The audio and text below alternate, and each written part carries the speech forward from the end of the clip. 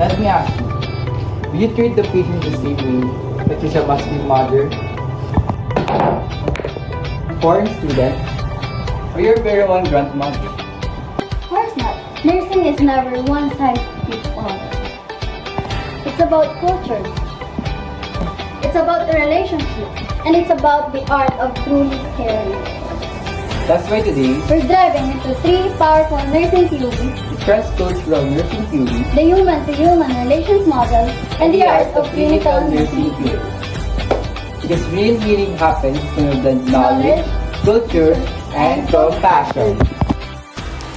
In the quiet town of Sutton, Nebraska, on July 13, 1925, a remarkable woman was born who would forever change the way the world viewed nursing: Madeleine Leininger. Growing up in the heartland of America, she developed not only a strong sense of compassion, but also an early appreciation for the richness of culture and community that would later define her life's work. Her journey into education began with a degree in biological sciences from St. Anthony's School of Nursing in Denver, where she laid the foundation for a career of groundbreaking contributions. With her insatiable curiosity and determination, she pursued further studies in psychology, anthropology, and nursing, eventually shaping her unique vision of culturally congruent care. After decades of innovation and dedication, her life came to a close on August 10, 2012, leaving behind a legacy that continues to guide and inspire nurses across the globe. With her notable recognitions, Madeleine Leininger's brilliance did not go unnoticed. In 1960, she was honored with the National League for Nursing Fellowship, a recognition that marked the beginning of her journey as a pioneer in nursing education and research. At Wayne State University, her dedication and passion for teaching shone brightly, earning her the President's Award for Excellence in Teaching, the Board of Governors Distinguished Faculty Award, and the prestigious Gershenson Research Fellowship Award. Her vision for culturally congruent care inspired the world, and in 1983, the Transcultural Nursing Society established the Leininger Transcultural Nursing Award in her honor, a tribute to her groundbreaking work. Years later, in 1998, she reached the pinnacle of recognition as she was named as a living legend by the American Academy of Nursing, one of the highest honors in the profession. That same year, her influence crossed international borders when she was also recognized as a distinguished fellow of the Royal College of Nursing in Australia. Indeed, Madeleine Leininger's achievements reminds us that great nurses do not only care for the sick, they transform the future of healthcare across cultures, communities, and generations. So how is transcultural nursing theory defined in the nursing meta-paradigm? Imagine a nurse standing at the bedside of a patient who comes from a culture different from her own. Instead of simply seeing a patient with an illness, she sees a unique person, someone shaped by traditions, beliefs, and values that influence how they understand care and healing. This is the heart of Leininger's vision. Person in Madeleine Leininger's transcultural nursing theory is not just seen as a patient, but as a cultural being. Each person carries traditions, values, and beliefs that shape how they view illness, healing, and care. The nurse must recognize and respect this uniqueness in every individual. Health, in her theory, is defined differently by different cultures. It is not simply the absence of disease, but the experience of well-being according to cultural values. For some, health may mean physical strength, and for others, it may mean spiritual balance or harmony with nature. And finally, the nursing in Leininger's perspective is the art of delivering culturally congruent care. It means that the nurse must adapt and provide care that aligns with the patient's cultural background.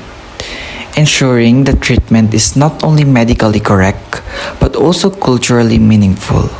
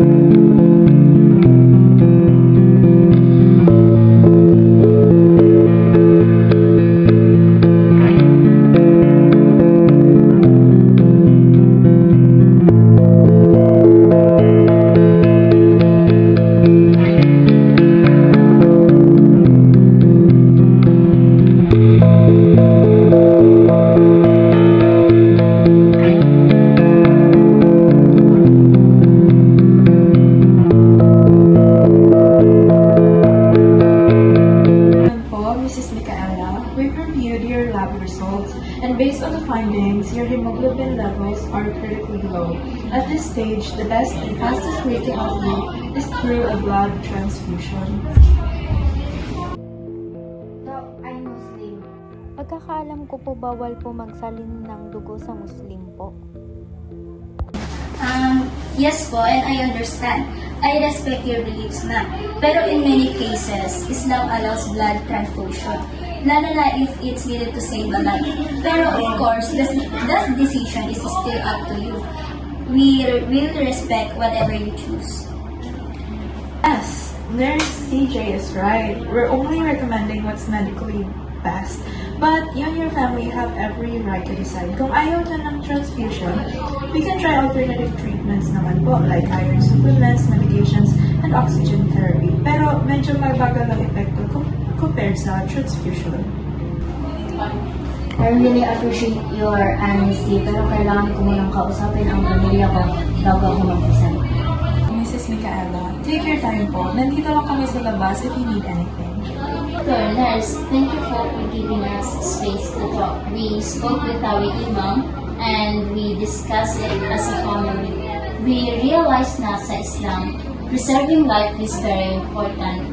Kung ito po talaga ang best option para gumaling si Mama, then we're okay with it. We are giving our full consent for the blood transfusion.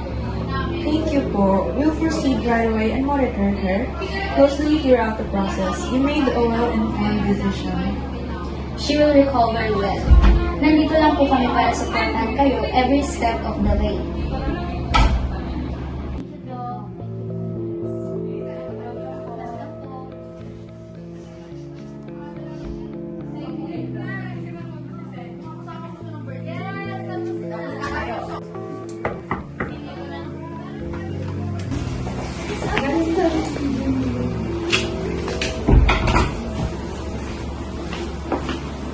Thank you po, Doc.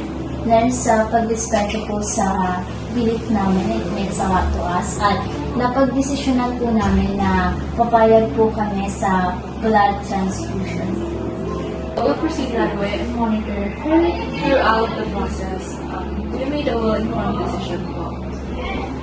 She will recover well. Nandito lang po kami para supportan kayo every step of the way. Well, I would like to pray 5 times a day, and I only eat halal. Thank you for letting me know. I'll coordinate with the kitchen to provide halal meals, and I'll note your prayer time so we avoid disturbing with it. That means a lot, nurse. Thank you. Thank you, Miss Ahmad.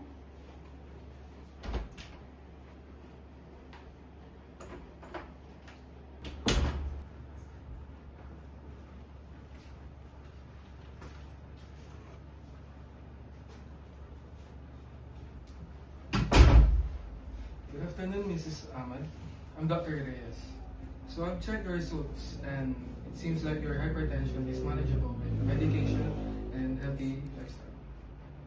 Though I pass during Ramadan, how will I take my medicine then?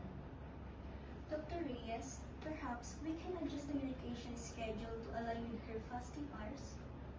Good point, Mrs. Ahmad. You can set your medication for suhoor and iftar during Ramadan. Thank you, doctor. They respect my feet. Nurse Anna, I'm glad you understand because some people don't realize how important fasting is. That's why it's important for us to learn from each patient. Caring isn't just about treating illness, it's also about respecting culture and beliefs. Thank you, Mrs. Ahmad.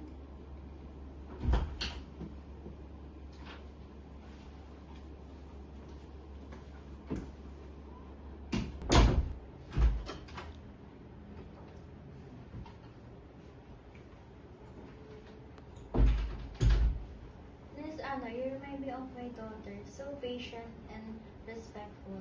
Careful, Mom. Don't replace me with her.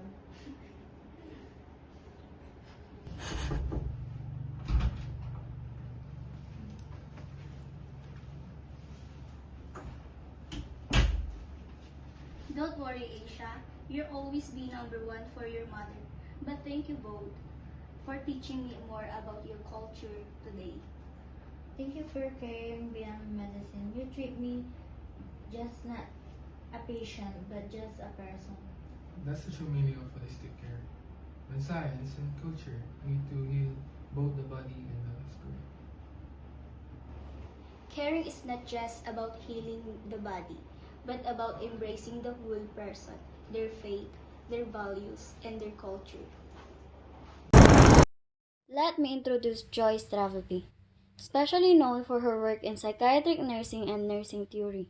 She was born on December 8, 1926 in New Orleans, Louisiana, USA, and sadly passed away in 1973 at the young age of 47. She earned her Bachelor of Science in Nursing from Louisiana State University in 1956. 3 years later, in 1959, she completed her Master of Science in Nursing at Yale University, one of the top universities in the field. Joyce Travelby made several important contributions to nursing that continue to influence practice today. She developed the human-to-human relationship model in nursing, which emphasized the importance of genuine human connections between nurses and patients.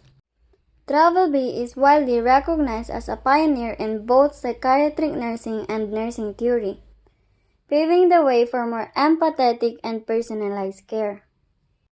She authored 2 major works, Interpersonal Aspects of Nursing, first published in 1961 and revised in 1971, and Intervention in Psychiatric Nursing, published in 1966.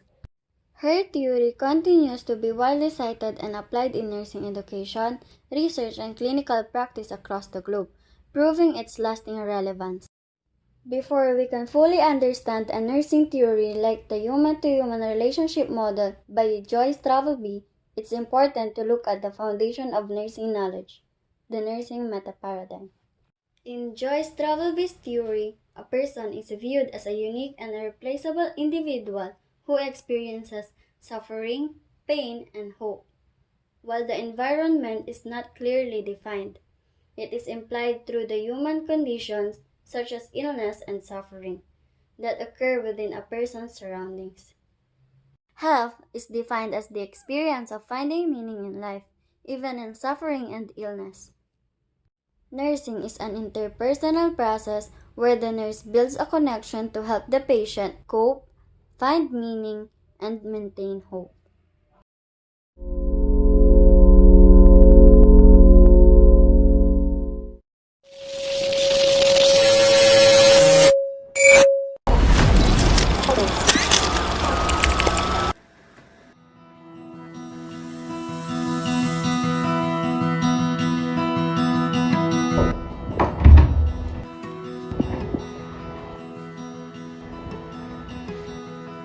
Good morning, Mr. Santos. I am Nurse Grace. How are you feeling today? I don't really know. Doctor said I have diabetes. I just feel hopeless. Papa, don't say that. We're here for you. I can see you're going through a difficult time. Thank you for sharing how you feel. Before we talk about medicine, I'd like to understand what worries you most right now. Natatakot akong maging pabigat sa pamilya ko. Dati ako ang nagbibigay. Ngayon, problema na lang ata ang idinudulot ko. Papa, you've always taken care of me. Now it's my turn to take care of you. Oo anak, mahirap tanggapin.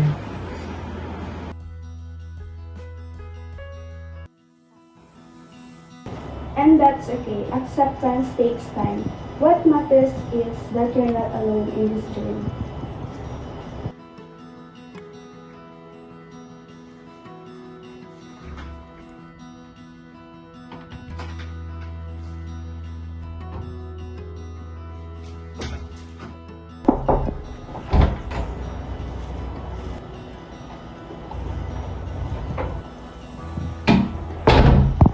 Good evening, Mr. Santos.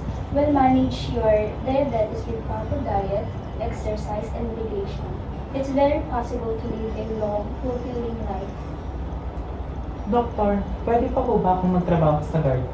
Yes, and actually, staying active will help you manage your condition. Mr. Santos, perhaps we can create a care plan that includes gardening. Something meaningful to you can motivate you to stay healthy. That would make me happy. See, Papa, you can still do the things you love. Thank you, Mr. Santos.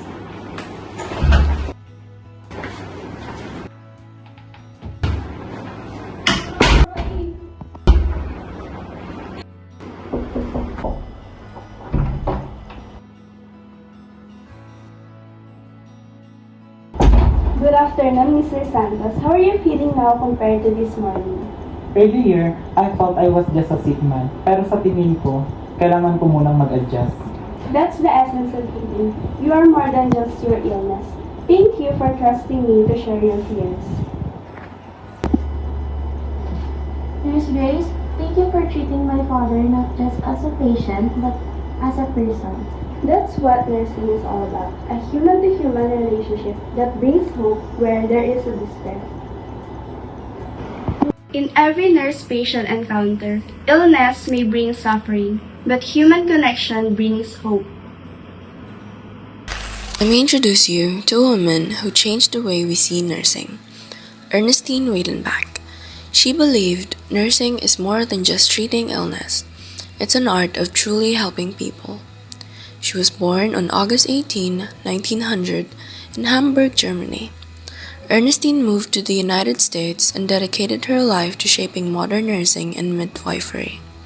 She wasn't just a nurse, she was a teacher, a theorist, and a visionary who believed that every nurse's role is to make a difference in people's lives. Ernestine's education and career show just how passionate she was. She earned her bachelor's degree in 1922 from Wellesley College. In 1925, she became a registered nurse after completing her nursing diploma at Johns Hopkins. By 1934, she achieved her Master of Arts in Nursing at Columbia University. And in 1952, she earned a certificate in nurse midwifery. She became a faculty member at Yale University School of Nursing, where she trained and inspired future nurses. In 1961, she helped launch one of the first nurse midwifery programs in the US, and by 1964, she introduced her famous helping art of clinical nursing theory. Even today, her ideas guide nursing education and practice around the world.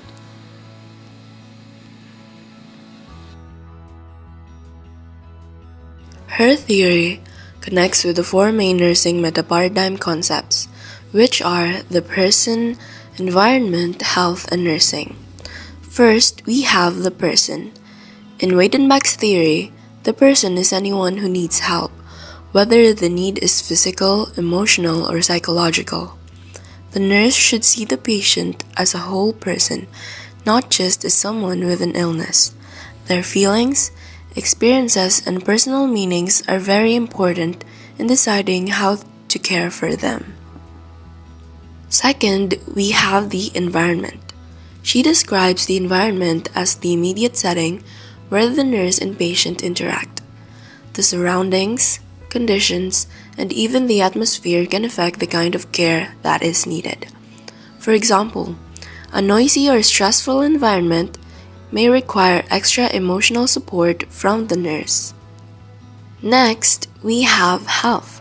For Weidenbach, health is not simply the absence of disease.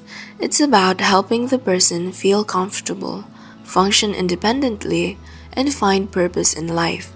Nursing plays a big role in supporting these goals, especially when someone is sick or facing challenges. And lastly, we have nursing. She defines nursing as a helping art. This means nurses are not only trained professionals, but also compassionate helpers. They use their skills, judgment, and empathy to provide care that truly meets the patient's needs. The goal is to bring about meaningful and positive outcomes. To sum up, Ernestine Weidenbach's helping art of clinical nursing theory reminds us that nursing is not just about treating illness, but about helping people live with dignity, comfort, and meaning. Her work shaped nursing education and midwifery, and her ideas are still very relevant up until today.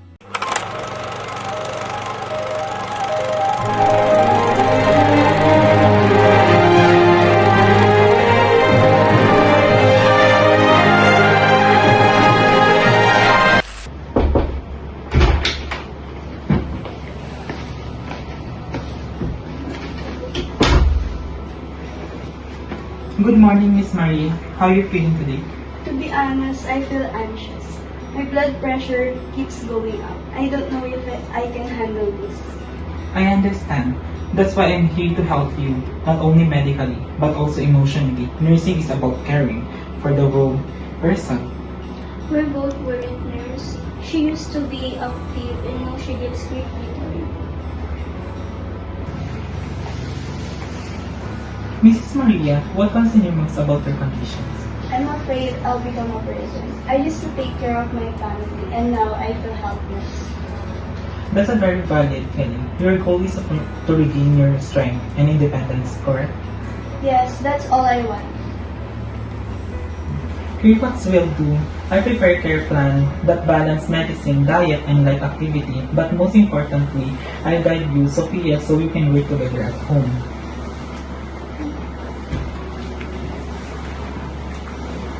Let's try this together. Inhale, exhale, inhale, exhale. This actually comes with them.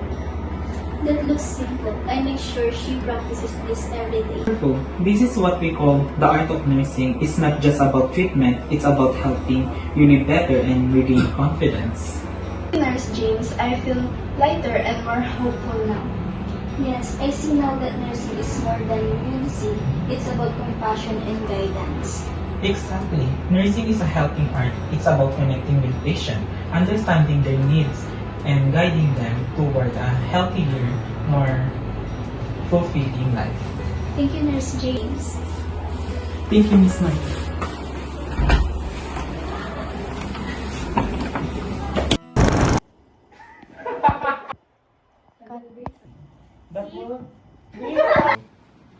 Wait lang. Yun na ba? Lang, pwedeng ulit? Hindi, bawal. Bawal! Go na! Wait, saan titingin camera ba? And technique na... Doctor, will I able to... Compared to this morning. To pray 5 times a day So about respecting before.